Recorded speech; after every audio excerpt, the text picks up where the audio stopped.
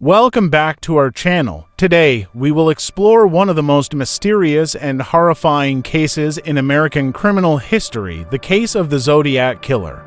Why has this murderer become a nightmare for many generations? Why has his identity not yet been determined? Let's delve into these unsolved mysteries and attempt to decode them. In the late 1960s and early 1970s, a serial killer spread terror and fear throughout Northern California. He called himself Zodiac and sent a series of cryptic letters and threats to newspapers and the police, challenging them to uncover his identity. To this day, more than half a century later, the true identity of the Zodiac Killer remains unknown, making this case one of the greatest mysteries in the history of crime. What made the Zodiac Killer so infamous and mysterious? What clues are hidden in the letters and ciphers he sent? And could it be that we have come close to uncovering his true identity without realizing it? Stay tuned until the end of the video as we decode the intriguing details of this captivating case. The Zodiac Killer, the most mysterious serial killer in American history, committed a series of horrifying murders in the late 1960s and early 1970s. Let's review the main murders and analyze his attack methods and behavioral patterns. The Lake Herman Road Murders, 1968. On the night of December 20th, 1968, two teenagers, Betty Lou Jensen and David Faraday, were on their first date. They drove to a secluded road in the outskirts of Vallejo, California. That night, the quiet darkness of Lake Herman Road was shattered by the sound of chilling gunshots. Both victims were shot dead at the scene. This murder marked the first appearance of the Zodiac Killer, initiating a series of horrifying crimes to follow. The Blue Rock Springs Murders, 1969. Just 6 months later, on July 4, 1969, Darlene Ferrin and Michael Mageau were sitting in a car at the parking lot of Blue Rock Springs Park, not far from the scene of the previous murder. A stranger approached them, shining a flashlight into their car before opening fire. Michael Mageau survived with multiple injuries, but Darlene Ferrin did not make it. Michael's testimony provided crucial clues about the attacker, yet it wasn't sufficient to identify the Zodiac Killer. The Lake Berryessa Murders, 1969. On September 27, 1969, at Lake Berryessa, a picturesque location turned into a scene of heinous crime. Brian Hartnell and Cecilia Shepard were relaxing by the lake when a man wearing a mask and attire resembling a hooded executioner approached them. He tied them up before stabbing them repeatedly. Brian miraculously survived, but Cecilia succumbed to her severe injuries. This method of attack showcased the brutality and meticulous planning of the Zodiac Killer. The San Francisco Murders, 1969. On October 11, 1969, taxi driver Paul Stine was fatally shot in Presidio Heights, San Francisco. This marked the first murder within the city, signaling a shift in the Zodiac Killer's modus operandi. After killing Paul Stine, the murderer took a piece of the victim's blooded shirt and sent it along with a letter to a newspaper, challenging the police and media. This act not only heightened fear, but also demonstrated his arrogance. The Zodiac Killer is infamous for his ruthlessness and diverse attack strategies. He often targeted young couples in secluded locations, creating an optimal setting to commit his crimes without being detected. The Zodiac's murders featured a mix of gun and knife attacks, reflecting meticulous planning and a desire to leave a distinctive mark. He not only killed, but also played a cat-and-mouse game with the police through cryptic and challenging letters, portraying himself as a cunning and arrogant murderer. These murders not only shocked the community, but also left a dark mark in the history of criminology, etched deeply into the minds of those who have followed the case for generations. The Zodiac Killer was not only a cold-blooded murderer, but also a master of psychological warfare. He sent numerous letters and ciphers to major newspapers, taunting the police and unsettling the public. Let's explore these letters and uncover the mysteries that remain unsolved. Zodiac Killer sent a total of 18 letters to newspapers and investigative agencies from 1969 to 1974. These letters not only contained confessions to the murders, but also included mysterious ciphers written in symbols and letters. He demanded that the newspapers publish these messages on their front pages, threatening to continue killing if his demands were not met. Among the letters Zodiac sent, some of the ciphers have been decoded, offering deeper insights into the killer's psychology and motives. The August 1, 1969 letter. 3 major newspapers in the San Francisco area received 3 parts of a 408-character cipher. Within just a week, school teacher couple Donald and Betty Harden successfully decoded the message. The decrypted message revealed Zodiac's passion for killing and his belief that murdering people would grant him slaves in the afterlife. The November 8, 1969 letter. A 340-character cipher was sent to the San Francisco Chronicle, but it wasn't until 2020 that a decoding team consisting of David Orenchick, Jarl Van Eyck, and Sam Blake successfully deciphered it. This message further underscored the insanity of the Zodiac Killer, with his declaration of fearlessness towards capture and allusions to having slaves in the afterlife. Despite some successes in decoding, many of Zodiac's letters and messages remain an unresolved mystery. The June 26, 1970 letter. This letter contains a concise 13-character cipher that remains undecoded, perplexing investigators and cryptography enthusiasts alike. The contents of this letter could potentially hold crucial information about the identity or motives of the Zodiac Killer. However, to this day, it all remains shrouded in mystery. The January 29, 1974 letter. Known as Zodiac's final letter, this correspondence alludes to the Zodiac having killed a total of 37 people, but without providing further details. The short cipher within this letter remains undeciphered, leaving many unanswered questions about his true identity. The letters and encoded messages of the Zodiac Killer were not just tools for him to assert power and challenge law enforcement, but also integral parts of his mysterious narrative. Over 50 years later, these mysteries remain intact, awaiting decryption by those capable of shedding light on them. The Zodiac Killer case is not only shocking due to the brutality of the murders, but also because of the complexity and mystery surrounding his identity.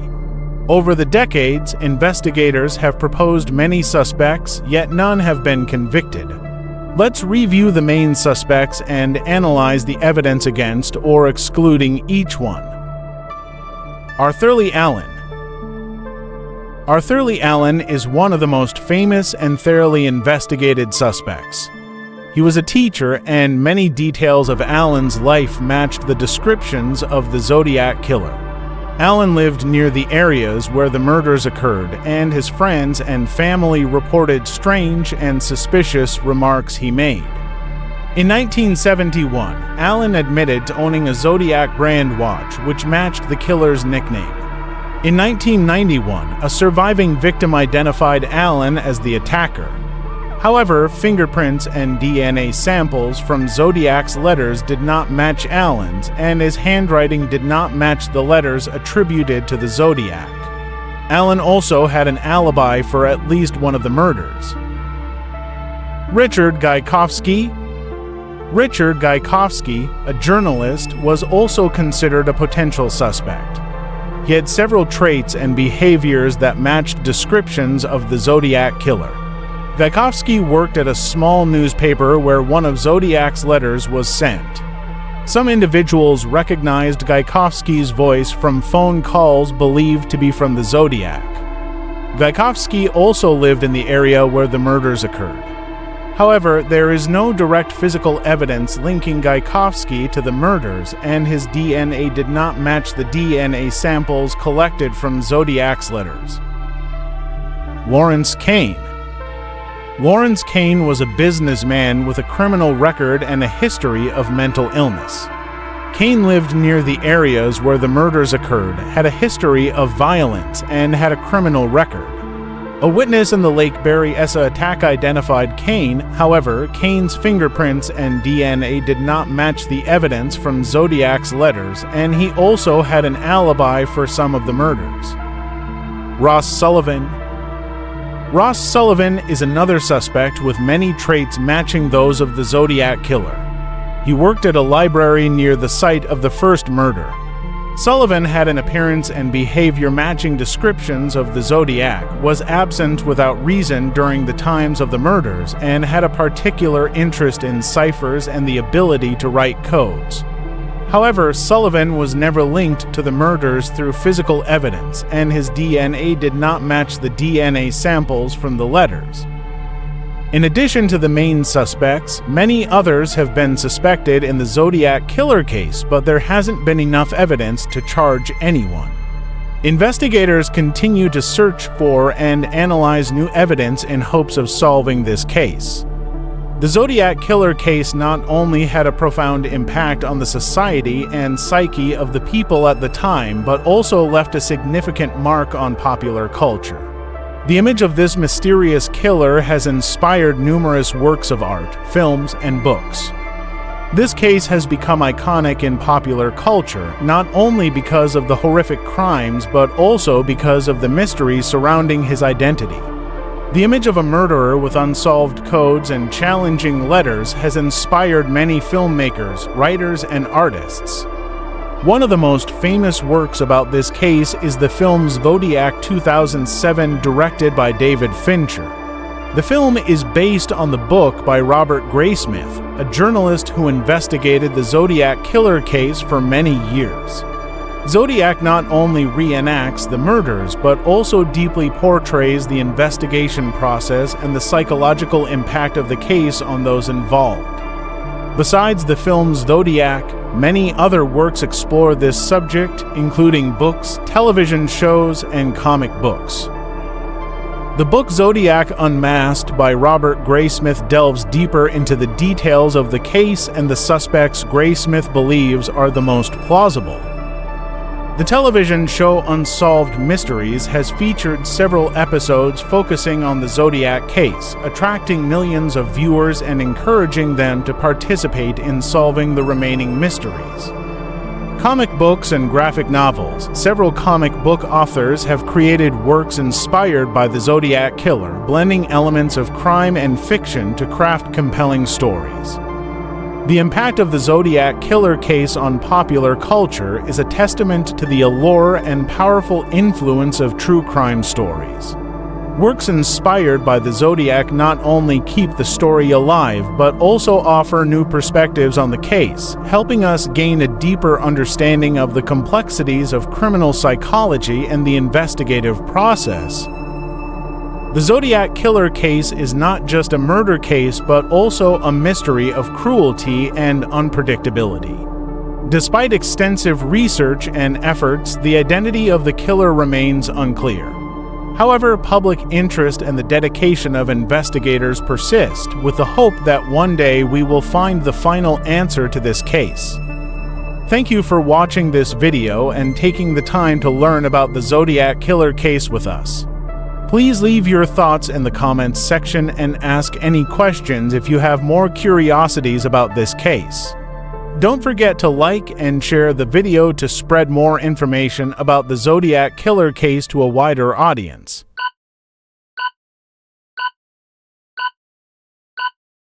Welcome to the Nigo channel. Today, we will explore one of the most famous and shocking cases in the legal history of the United States, the O.J. Simpson case. Imagine you are one of the millions of Americans sitting in front of your TV screen on a June evening in 1994. You witness a dramatic car chase on the streets of Los Angeles with a fleet of police cars pursuing a white Ford Bronco. Behind the wheel is none other than O.J. Simpson, a beloved former football star and actor. Why would someone like O.J. be chased by the police, and what led to this moment? The case began with the discovery of the bodies of Nicole Brown Simpson, O.J.'s ex-wife, and Ron Goldman, a friend of hers, at her home in Brentwood. Images from the crime scene shook the entire nation and sparked a wave of outrage in the community. O.J. Simpson, once beloved by the public, now became the prime suspect in this double homicide. This event thrust the entire nation into a heated debate about justice, racial discrimination, and the power of the media. Get ready to embark on a fascinating journey through every twist and turn of the case, from the tense investigation to the riveting trial. We will explore the profound impact and lasting legacy of O.J. Simpson case. Join us as we peel back the layers to reveal hidden secrets and undeniable truths. Are you prepared? Let's start. Who is O.J. Simpson? O.J. Simpson, also known by his nickname The Juice, is one of the greatest football players of the 1970s, born in 1947. Simpson quickly became a star in the NFL, known for his exceptional rushing abilities and impressive playing style. After retiring from football, Simpson transitioned to an acting and television career, appearing in numerous popular films and shows, further cementing his fame with the public. Simpson was not only known for his athletic talent and acting career, but also for his image as a charming and sophisticated man. He cultivated a perfect public persona, becoming a symbol of success and relentless effort. However, behind this facade, Simpson's personal life was tumultuous, especially his relationship with his ex-wife, Nicole Brown Simpson. Nicole Brown Simpson and Ron Goldman are who? Nicole Brown Simpson, born in 1959, was the second wife of O.J. Simpson. They married in 1985 and had 2 children together. Their relationship began with much affection but gradually became tense and full of turmoil. Nicole reported multiple instances of domestic violence by O.J., and eventually they divorced in 1992. After the divorce, Nicole tried to build a new life for herself and her children but seemed unable to escape O.J.'s control and threats.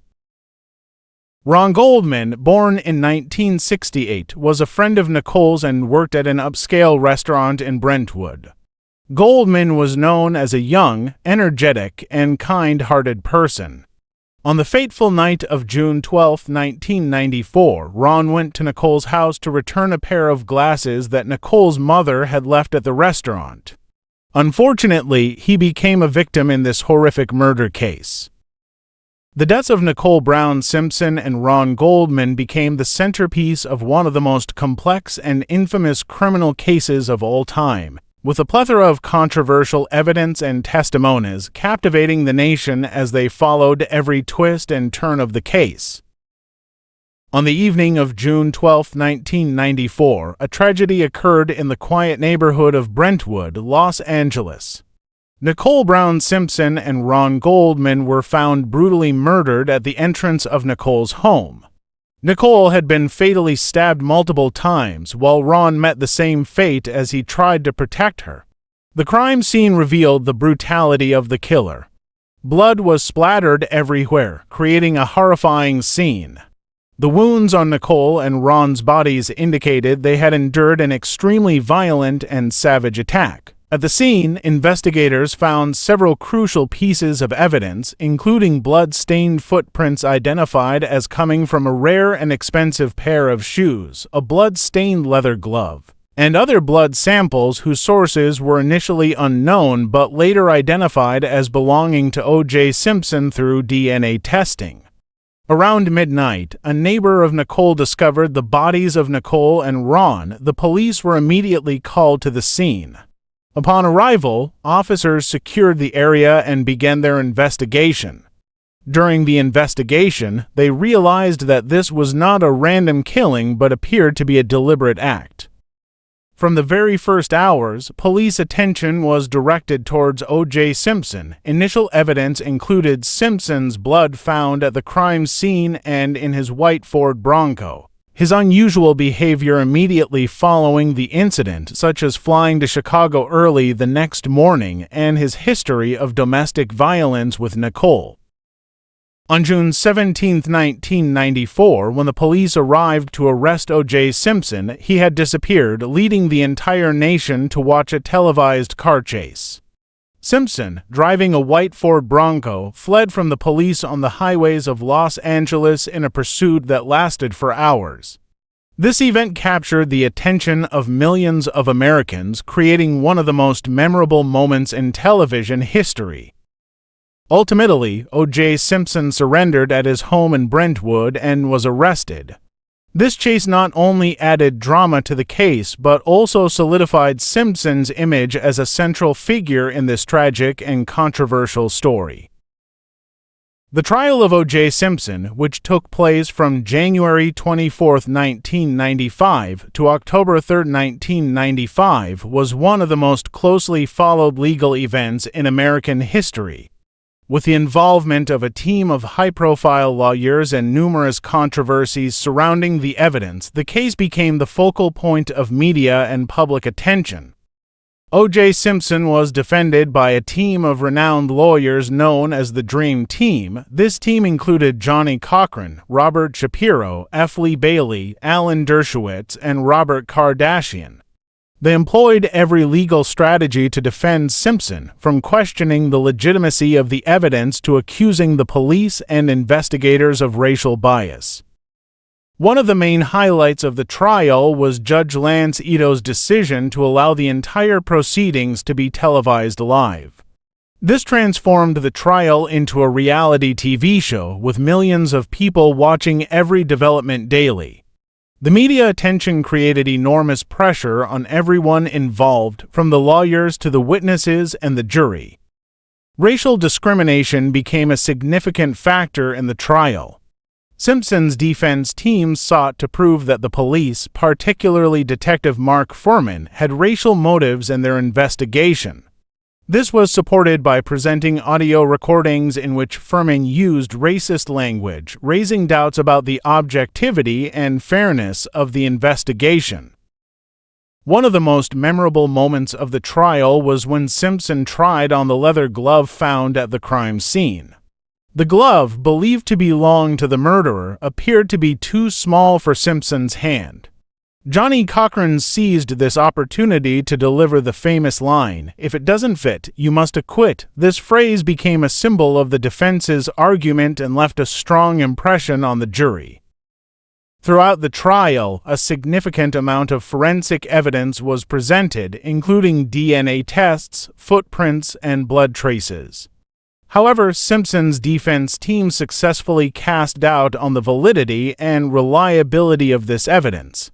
They argued that much of the evidence could have been fabricated or mishandled.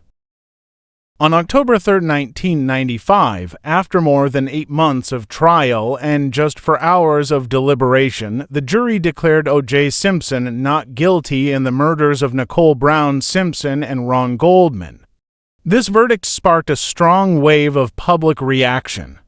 Many believed that Simpson escaped conviction due to his fame and wealth, while others saw it as a triumph of justice over racial discrimination. Immediately after the verdict was announced, protests and gatherings erupted across the United States. Supporters of Simpson, primarily from the black community, viewed it as a victory against a judicial system often seen as biased against people of color. In contrast, many others, particularly from the white community, were shocked and dismayed, believing that a murderer had been set free. Although Simpson was acquitted in the criminal trial, the families of Nicole Brown Simpson and Ron Goldman filed a civil lawsuit against him. This civil trial began in 1996 and concluded in 1997. Contrary to the criminal trial, the jury in the civil trial found Simpson liable for the deaths of Nicole and Ron. Simpson was ordered to pay $33.5 million in damages to the victims' families, including both compensatory and punitive damages. Although this verdict did not result in a prison sentence, it imposed a significant financial burden on Simpson and provided a sense of justice for the victims' families. After the civil verdict, O.J. Simpson continued to lead a controversial life.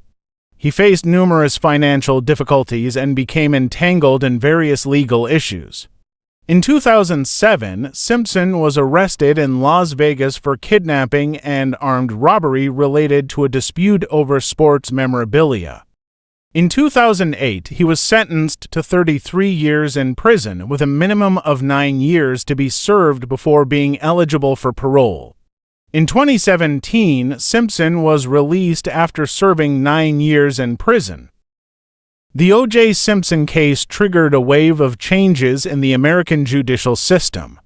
One of the most notable shifts was the increased focus on forensic evidence and DNA testing. Although DNA testing had already been widely used, this case highlighted its importance in identifying perpetrators in criminal cases. The procedures for collecting and handling forensic evidence were also improved to ensure the accuracy and integrity of the evidence. Additionally, the case exposed flaws in the judicial system, particularly issues related to racial discrimination and fairness in trials. Allegations of racist behavior by the police and their handling of the case sparked discussions and led to reforms aimed at ensuring fairness and transparency in investigations and court proceedings. This case became a cultural phenomenon, being adapted into numerous books, films, and television shows. One of the most notable works is the documentary film O.J. Made in America and the television series The People O.J. Simpson American Crime Story. Both of these works received critical acclaim and public praise, providing a detailed and profound portrayal of the case. The case also brought about a significant change in how the media reported on legal events. The live broadcast of the trial set a new precedent, turning court proceedings into entertainment events that attracted millions of viewers. This opened a new era for media where the line between news and entertainment became increasingly blurred. The investigation of the O.J. Simpson case left a long-lasting and complex legacy. It was not just a criminal case, but also a mirror reflecting the social conflicts and tensions within the United States. The case raised numerous questions about justice, racial discrimination, and fairness in the judicial system. It also highlighted the importance of forensic evidence and DNA testing in criminal cases. Furthermore, the case changed how the media reported on legal events, with the live broadcast of the trial setting a new precedent. This led to a shift in how the public perceives and understands legal proceedings. Ultimately, O.J. Simpson remains a widely discussed and researched topic. It is not just a murder case, but a cultural phenomenon reflecting the complexities and contradictions of contemporary American society. The lessons from this case remain valuable, reminding us of the importance of justice, fairness, and transparency in the judicial system. We would like to thank all of you for taking the time to watch our program. The O.J. Simpson case is one of the most controversial and shocking events in American legal and cultural history. We hope this video has provided you with a deep insight and essential information about this case. Please continue to follow us for updates on new content and other interesting topics in the future. Once again, thank you sincerely, and we look forward to seeing you in our next videos.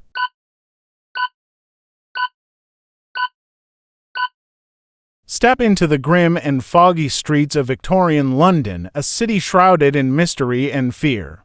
In the autumn of 1888, a series of gruesome murders shook the very foundation of society, sending shockwaves across the world. The perpetrator, known only as Jack the Ripper, prowled the shadowy alleyways of Whitechapel, leaving a trail of death and terror in his wake.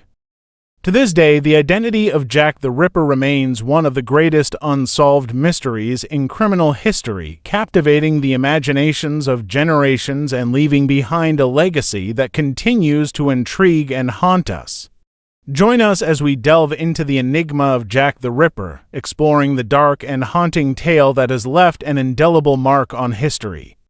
The Jack the Ripper case stands as one of the darkest chapters in history, plunging both England and the world into turmoil during the late 19th century.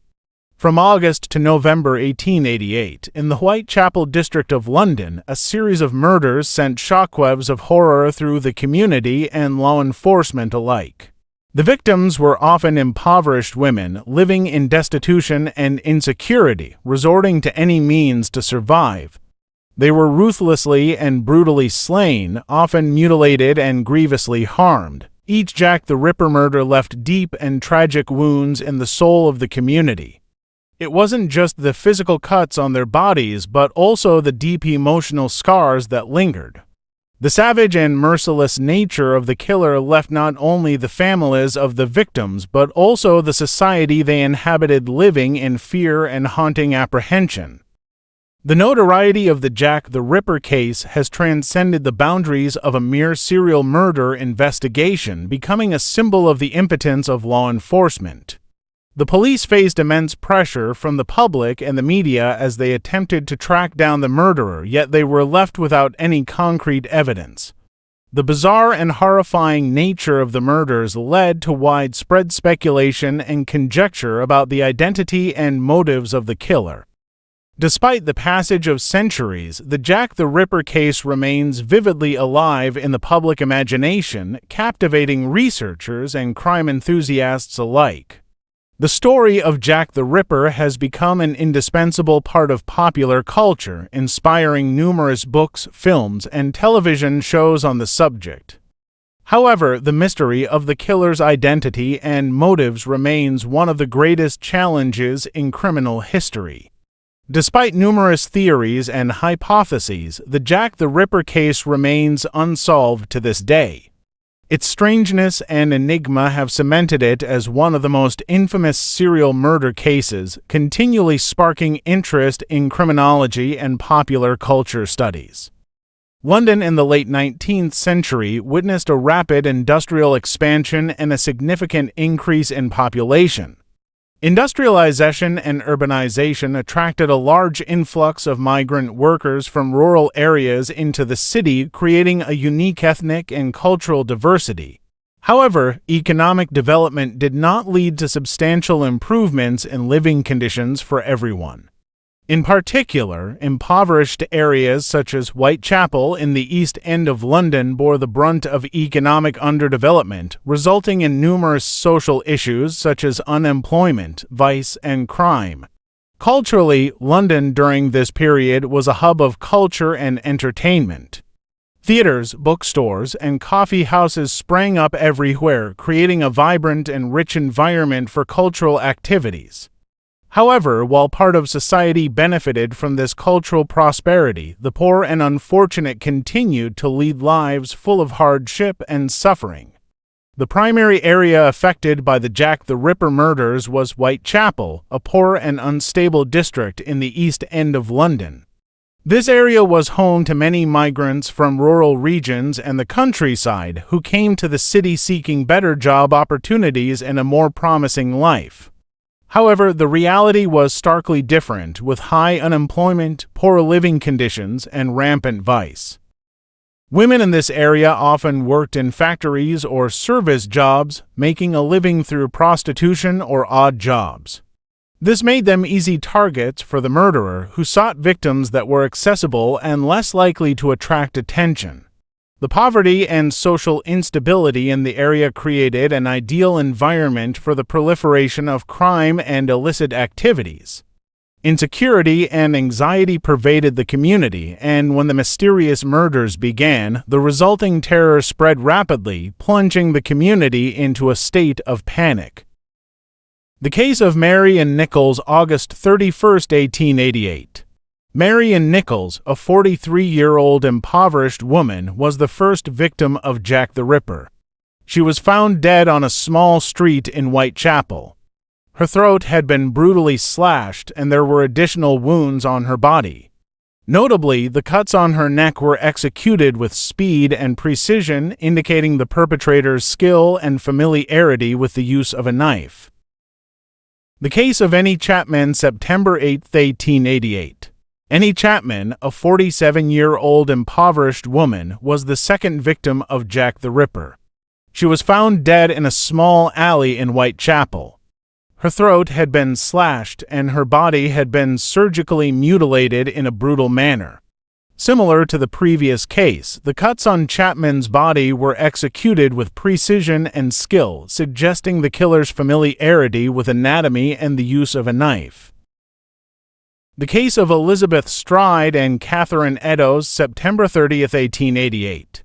Elizabeth Stride and Catherine Eddowes were the next victims of Jack the Ripper, murdered on the same night within a few hours of each other.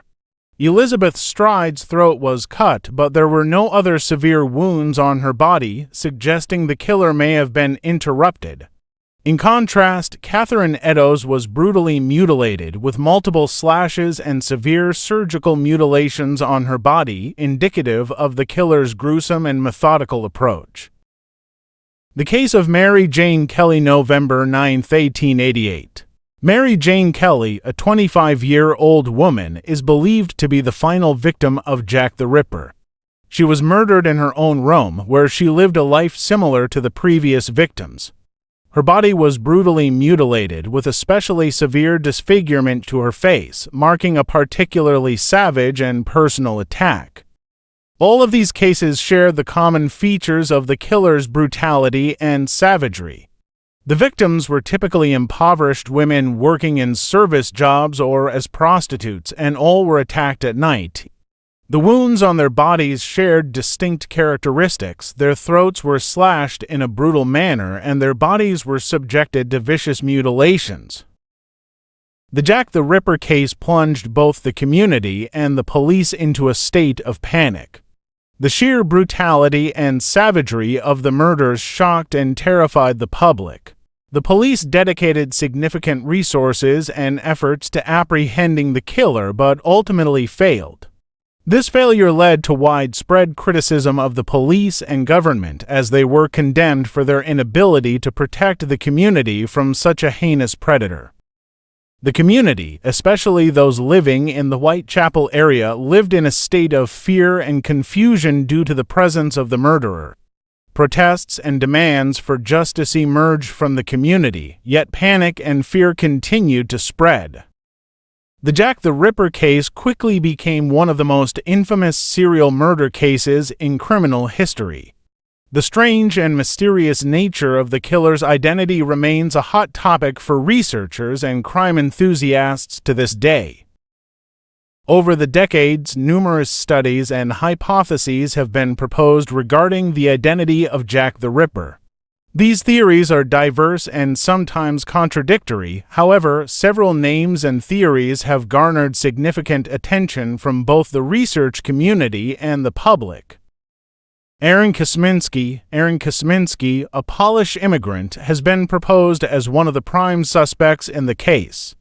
There is evidence to suggest that Kosminski had a history of unstable mental health and may have had the capability and motive to commit the murders.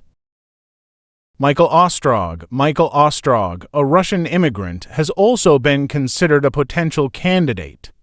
He had a criminal past and was described as a mysterious and dangerous man. Walter Sickert, a renowned painter, has been suggested as Jack the Ripper by some researchers and theories. Scholars argue that Sickert possessed a blend of artistic skill and an unstable psyche, making him a plausible candidate for carrying out the criminal acts. Francis Tumblety, an American military surgeon, has also been considered as a potential candidate. He had a criminal record and was known for his eccentric and obsessive behavior towards women. Although there have been numerous studies and theories about the identity of Jack the Ripper to this day, there is no concrete evidence that can definitively identify who the killer was. The police and investigators of the time collected a large amount of information and evidence, but it was still insufficient to solve the case.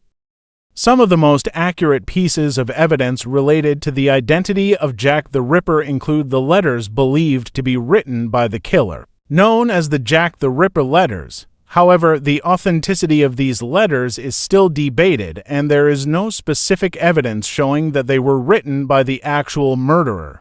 Also, there are no official records to date that have proven someone was arrested and convicted as Jack the Ripper. Therefore, despite numerous theories and studies, the identity of the Jack the Ripper killer remains a major mystery and one of the most famous unsolved serial murder cases in criminal history.